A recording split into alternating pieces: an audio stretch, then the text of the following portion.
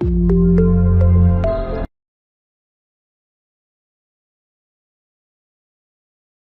morning, my dear students, and welcome to Big Data Analytics class. In today's class, we are going to learn about configuration of Hadoop cluster, local, pseudo-distributed mode, fully distributed mode, and configuration of XML files. So, this will be our today's topic. Let's revise the previous contents. So, in the previous class, we have discussed about Hadoop distribution file system, that is called as HDFS, and we have seen about the building blocks of Hadoop such as the data node, secondary name node, job tracker, task tracker, etc. And we have seen how the Hadoop cluster works. So, whatever the concepts we have learned in this class, in the previous class, we will be implementing more about the configuration files and the working nature of the Hadoop. Yeah. The Hadoop cluster works in 3 modes, Hadoop cluster modes, that is called as standalone mode, which is called as local mode also, and in this mode there will not be any daemons will be running, and everything runs in a single JVM, that is Java virtual machine, and it is suitable for running MapReduce programs during development time. That means it will not have any distributed file system mechanism. You will not be having a daemons, you will not be having a job tracker, you will not be having a task tracker, you will not be having a data node, etc., secondary name node, etc. So, it will be as equal as running the simple Java program with the MapReduce methods, that is all, not more than that, right. That means, as you know that the Hadoop cluster works on the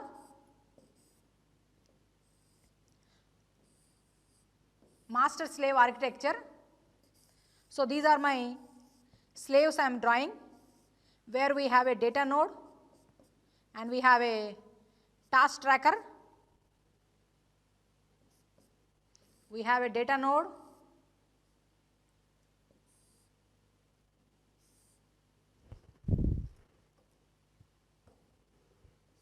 we have a data node and task tracker, data node, task tracker, and we have a master node. So, it works on the master slave architecture. So, in standalone mode, this mechanism will not be there in the standalone mode. It will be as equal as running the simple Java programming.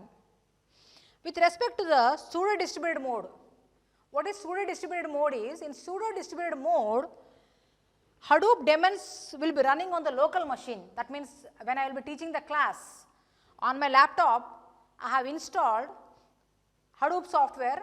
So, what the software we are going to use is Cloudera. So, why we are going to use the Cloudera? Because as we know the history of the Hadoop, the person behind the Hadoop is Duff Cutting, and the person who developed the Hadoop Duff Cutting used to work in Yahoo search engine. Now, he is working in the Cloudera as CEO. So, Cloudera is more popular software and it is producing a good results also. So, pseudo-distributed mode is one mode where Hadoop daemons run on the local machine. So, we will be installing the Cloudera in our laptops. So, in that laptops itself, it will be the laptop itself will be acting as a master node as well as the slave nodes, and in that all the daemons will be running, the daemons of the master node and the daemons of the slave nodes, all daemons, secondary name node will be there, master node will be there, slaves will be there, data node, everything will be there. So, but the only thing is nothing but we will be using as a one machine, but that machine itself will act as a master node as well as the slave node. That is the working nature of the pseudo-distributed mode. So, if you are working, if you are practicing at your home, you can install the Cloudera and you can work with the pseudo-distributed mode, and you can see the same outputs, whatever the outputs you can see on the fully distributed mode, right. Coming to the last mode, that is called the fully distributed mode. In fully distributed mode, what is happening is Hadoop daemons run on the cluster of machines. That means, in this fashion the cluster is going to be made. 100 machines will be there or 100 slaves will be there. We will be keeping one master node. So, where all it will be as like a big laboratory will be there, where it will be having a full establishment of the cluster will be there. So, that is the fully distributed mode. So, in our labs we have a fully distributed mode. We have a slave machines are there, we have a master machines are there separately, and they have got connected with one another in the network, right. So, in this three manner we can work with the Hadoop. So, the first mechanism, that is called the standalone mode. In that mode we will be not running any daemons, right. So, it will be running as usual as normal Java programming, and in this fully distributed, in the pseudo distributed mode, daemons will be running, but the single machine will be acting as a master as well as a slave. Whereas in the fully distributed machine, we will be having a big cluster will be there with 100 nodes or 50 nodes or 200 nodes, whatever the nodes may be, and they will be connected with one another, and if required, as I taught you in the Hadoop cluster diagram, if required, my cluster can connect with the other clusters to the cloud, because what the cluster I have established with the 100 machine may not be satisfied with to resolve my problems. I may need to connect to other clusters. So, I can connect to the other clusters also by using the Hadoop cloud. Yes, let us see detail about the modes here. Local mode or standalone mode we call as a. So, standalone mode is a default mode in which Hadoop runs, and it is a default mode. So, you don't need to do any specific job for that, it is a default mode.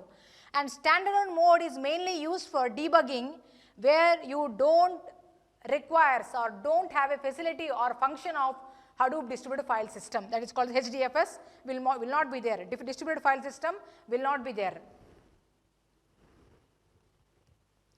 So, you no need to require, there is a no need of mapread site.xml file, you don't require any core site.xml file, you don't require any HDFS site.xml file. What are these these are called as a configuration files, and these configuration files are required when you are working with the fully distributed cluster, and you need to configure the slaves with the master. So, to do that you require these configuration files. So, from where you will find these configuration files we will see in the next upcoming sessions, right. So, this configuration file settings is not required if you are working with the standalone mode, right. You do not require mapread.site.xml, you do not require core site.xml, you do not require HDFS site.xml. These three are nothing but they are called as a configuration files, which is required to configure the master and slave when you are going for the fully distributed architecture. And standalone mode is usually fastest. Of course, it will be fastest only because there will not be any daemons will be running. So, it is just like a normal Java JVM is running. So, obviously, it will be fast. And the basic purpose of using the standalone mode or local mode of Hadoop is nothing but it is basically used for the debugging purpose. How my application is running, in which manner my output is coming. For that purpose, you don't need to sit on the Hadoop cluster, you don't need to make use of all the 100 slaves, just you can make use of standalone machine, because you are just debugging your application, in which manner the output is coming. For that, you don't require the big establishment of the Hadoop cluster. So, HDFS is not being used fully, and local file system for input and output will be used generally. That means, whatever the input you are passing for data analysis and whatever the output you are getting, that will be to do that job, local file system will be used. And no need to change any configuration files. As I said you that you don't require to change mapread site.xml file, you don't require to change core site.xml file, you don't require to change HDFS site.xml file. These configuration setting files, you no need to do any configuration. And default Hadoop mode it is, that means the standalone mode or local mode is called the default mode. So, these are the few benefits of the local mode, that is nothing but, I repeat it once again in a short and sweet manner, that is nothing but it is a default mode of the Hadoop, and it will not provide any DFS service such as distributed file system services. There will not be any daemons will be there. Then what is the purpose of it? Whenever you want to debug your applications, just in which manner I am getting the output. For that purpose, you don't require to sit on 100 machines of a cluster.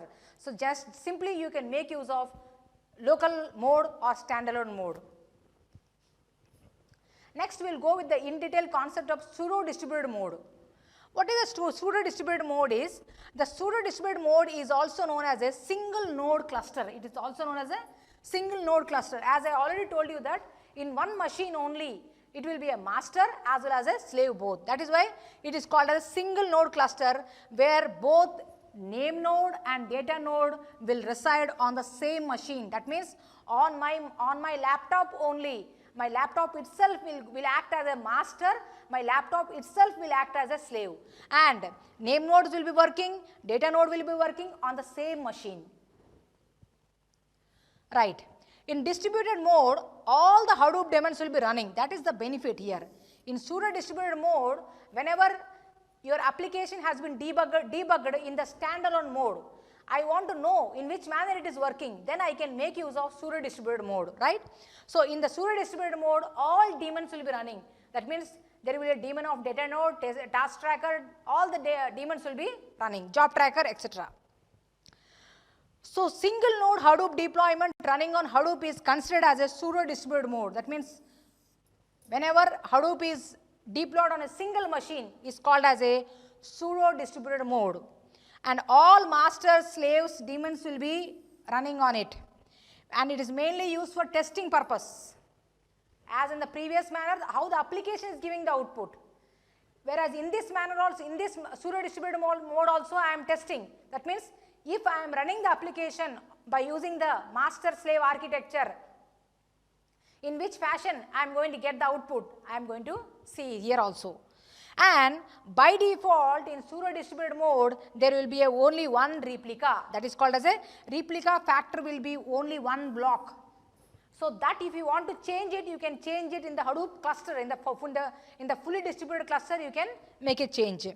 Changes in the configuration files will be required for all three files. That means you have to make changes for the mapred site file, core site.xml file and HDFS site.xml file. Whereas in the previous slide which you have seen, standalone mode, there you don't require to change any configuration files. But here you require to make the changes. For example, I want to change the replication factor blocks, I want to change from 1 to 3 blocks I want 3 replicas. I want 5 replicas. So for that purpose, I have to make use of this configuration files, right? So how to do that? We will see practically all those things. So the diagram looks like this here, the pseudo-distributed mode. So in a single machine, you can see here, we have daemons are running here. The name node is there, data node is there, secondary name node is there, resource manager is there, node manager is there, everything is there here. That means all the daemons are running. So since all the daemons are running here, so we have a complete structure of master and slave. Coming to the fully distributed mode, or we call as a multi-node cluster, we call as a otherwise. What is going to happen is, this is the original production of Hadoop. This is the original production of Hadoop, right? Where multiple nodes will be running. We'll be having multiple nodes will be running. And the most important is, data is distributed across several nodes. Whatever the data I am having, 1 terabyte of data or some amount of data I am having, all this data will be distributed across several nodes. And processing will be done on each node. If I am having 100 nodes and I am making use of all 100 nodes, data will be available on all 100 nodes in the form of a blocks, and processing will be done on all 100 nodes. So separate nodes for master will be there. There will be separate node for the master, and separate nodes of slaves will be there along with the daemons. And data are used distributed across multiple nodes. That is the basic features of the fully distributed mode. So if you really want to see the power of Hadoop and the processing of big data analytics, it will be very good to establish and to execute our application on fully cluster. Then you can see the original potentiality of the Hadoop. So the picture looks like this. So you have a separate machines here. We have a master nodes are there, and we have a slave nodes are there where it is storing the data node. We have a secondary nodes are there where in case my name node is not working, as the name node stores metadata, The metadata is nothing but data about data. It stores about the file information, what size of file it has, what is the permission it has. If the name node is not working, there is a chance of failure of name node also. There is a chance of failure of hardware. In that case, I am going to get the information from the secondary name node. It is just like a backup. So generally, in the Hadoop cluster, the backup will be taken for within 1 hour. That is a default operation, right? Similarly, as already you know that if one data node is not working, so there is a fault tolerance mechanism is there. Whatever the node is idle is there, that data, the job done by that data node will be allocated to the node which is idle. So that is the working fashion of the fully distributed cluster in the form of a master and slave. So that is about the 3 different modes of Hadoop: standalone mode, distributed mode and pseudo-distributed mode, or we call as a standalone mode, pseudo-distributed mode, or multi-node cluster, or we call as a, we completely call as a Hadoop cluster we call as a, right.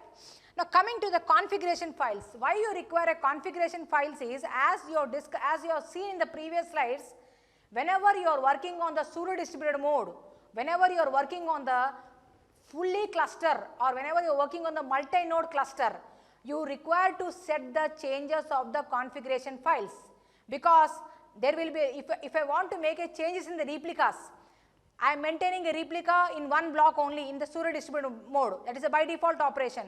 Now I feel that my data is precious, my data is very important. If it is lost, there will be a problem. In that case, I want to maintain a 10 replicas. Then to do such changes, I require to make modification in the configuration files. And these are the important configuration files, and they are called as Hadoop env.sh is the name of the file, core site.xml file, hdfs site.xml file, mapred site.xml file, masters and slave. So master and slave, as you already know that the Hadoop cluster working style is based on the master slave architecture, right. So these are the configuration files. What happens, what will be there in the Hadoop env.sh file? Let us see here. In a Hadoop env.sh file, you will be having the environmental variables, and which will be used for script to run the Hadoop. So these environmental variables we will be using to run the Hadoop, right. So how these configuration files will be looking, where, in which folder they will be available, all these things we will be seeing once you install the Hadoop cluster. That we will see in the next class. In core site.xml file, it is basically consists of settings for Hadoop core IO settings, that is called input output settings, that are common to HDFS and MapReduce. Whatever the common settings you want to make for the Hadoop distributed file system and MapReduce, that means what the input you are giving for the application, that means what is the data you are pushing, or what is the algorithm you are giving, so that the algorithm can process on the data. After processing the data, whatever the output is there, where it has to store, all those settings you are going to do in the core site.xml. The next configuration file is called as hdfs site.xml. What is this hdfs site.xml? In this hdfs site.xml, configuration settings for HDFS, daemons, name node, secondary name node, data nodes, all these things will be done. That means here in the HDFS site.xml file, we will be making the configuration settings for the data node, for the slave nodes, for the master node, etc. That means in case I want to increase the slave nodes, so I have to make changes in the hdfs site.xml. We have a mapred site.xml file. What is a mapred site.xml file? In this file, we need to make a settings on the mapred daemons like job tracker and the task tracker. Here hdfs site.xml file will be bothering about the name node, secondary name node and data node. That means something about data information. Whereas mapred site.xml is basically about the task, that is about the job tracker and the task tracker, that is about the algorithms we call as a. I am repeating once again, hdfs site.xml basically bothers about the name node, secondary name node, and the data nodes. That means it bothers about the data.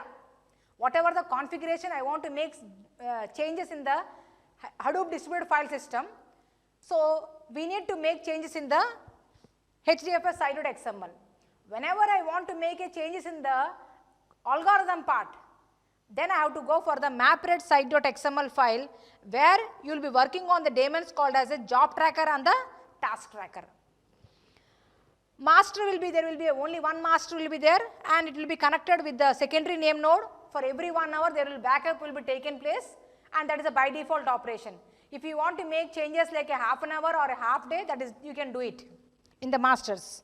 And in slaves, you can find out a list of machines that each run a data node and task tracker will be there. That means about the slaves. A list of machines will be there, where it is running the slaves, the slave is running the data node and the task tracker. So these are all the configuration files which is required to make changes basing on the size of the data, basing on the algorithm which you want to run on the fully distributed node or on the pseudo-distributed mode. As long as you are working on the standalone mode, you no need to make any changes. Of course, if you are working on the standalone mode, you will not see the power of the distributed file system, you will not see the power of the Hadoop.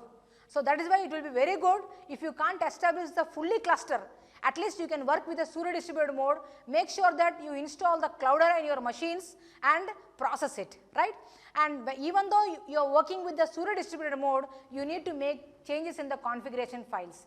So at what time, what are the configuration files need to be changed? In the upcoming sessions, we will be learning it. So these are the information will be there in the HDFS site.xml. You will be having a version, HDFS site.xml, configuration, properties, how many replicas you want, you can make the replicas, dfs.replicas. So by default is 1 replica I am having here, you can make the change here. I want 10 replicas. If you want 10, you can make it as 10. You have to open the file and you have to make the changes. And that is about the HDFS site.xml file.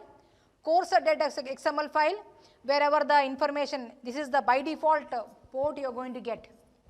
And in which default name we are having, that name you can give it here. That is about the core site.xml file. In map-read site.xml file, this is the by default port.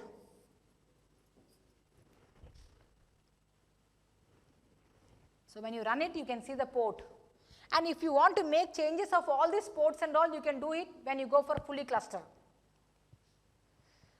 Right, and slaves and master, it contains list of hosts and that are host data node and task tracker servers, which is hosting it. And master contain list of hosts, 1 per line, that are host secondary name node servers. So slaves will be containing about the data node and about the task tracker servers. And the master will be containing about the information about the secondary nodes. So the configuration files in the Hadoop Cloudera, you can see by like this. So you can go to the lib folder, Hadoop software, and conf is a folder. And when you go to the conf folder, when you give here ls, list, so you should be aware of the Unix commands also. Of course, you learned in the 3rd year. When you go for ls, you can see all these are all the files. As I said, you HDFS site.xml, map-read site.xml, masters, slaves. So all these will be there, and you are going to open them and you are going to make changes whenever you want to make a configuration files. Whenever I want to make a changes in the replicas, whenever I want to provide the names in a different fashion, or I want to change the output file names, locations. So all those configuration file settings, you can do it here. So as you know that in our sessions, Annie will be there, which is very much interested about asking the questions. So let us have the question here. Hadoop framework picks which of the following daemon for scheduling the task? Name node, data node, task tracker, job tracker. So what is the answer? Job tracker takes care of all the job scheduling and assigns tasks to the task tracker. So job tracker will be responsible for scheduling the jobs and assigns the tasks to the task trackers. One more question. In HDFS, blocks of file are written in a parallel. However, the replication of the blocks are done sequentially. True or a false? The answer is true. A file is divided into blocks and these blocks are written in a parallel manner. The block replication happens in a sequences. Whatever the block replicas we are making, by default is a one replica is there. I want to make it as a 4, 5. So this block replication happens in a sequential fashion. So all these things we are going to see in the practical manner from the next session onwards. Thank you for listening to the class.